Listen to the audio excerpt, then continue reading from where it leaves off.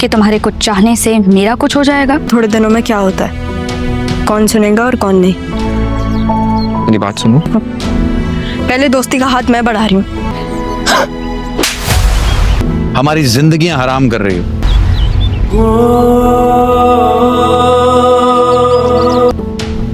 हाँ तो बाबा, जब आपकी कोई जिंदगी हलाल करे ना, कौन हो जो इस घर का सुकून बर्बाद कर रही हो? तो जान बचाने के लिए जिंदगी हराम करना बहुत जरूरी है। अपनी हकीकत मामू के सामने आने के बावजूद भी रक्षी सारा को डराने से बाज नहीं आई है। वो सारा को अब भी उसकी औकात याद दिलाने की कोशिश कर रही है और उसे ये बता रही है कि उसके करने से कुछ भी नहीं होगा और ना ही उसका मामू के सामने कुछ भी बाल बिका होगा। लेकिन वो ये भूल रही है कि जिसको वो डरा के रखती थी वो सारा थी और इसके सामने जो खड़ी है वो है निडर ज़ारा। और ज़ारा ने तो डरना सीखा ही नहीं है, लेकिन फिर भी वो रक्षी की मदद करना चाहती है और इसीलिए उसने रक्षी की तरफ हाथ बढ़ा दिया है दोस्ती का।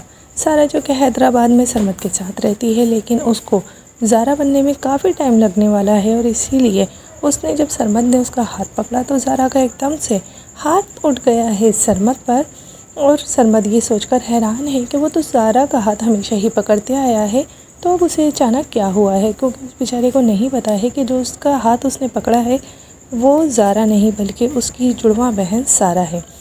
मज़र साहब को ये लग रहा है कि शायद मिसअंडरस्टैंडिंग क्रिएट कर रही है सारा सबके दरमियान, लेकिन अब सारा तो ज़ारा है, इसीलिए वो सब कुछ क्लियर करने के लिए और अपने बाप को सारी हकीकत बताने के लिए सच बोल रही है। और इसकी वजह से काफ़ी ज़्यादा हैरान हो रही है सलमा और फरहत कि आखिर सारा को हुआ क्या है, वो सबको सच कुछ कैसे बता रही है।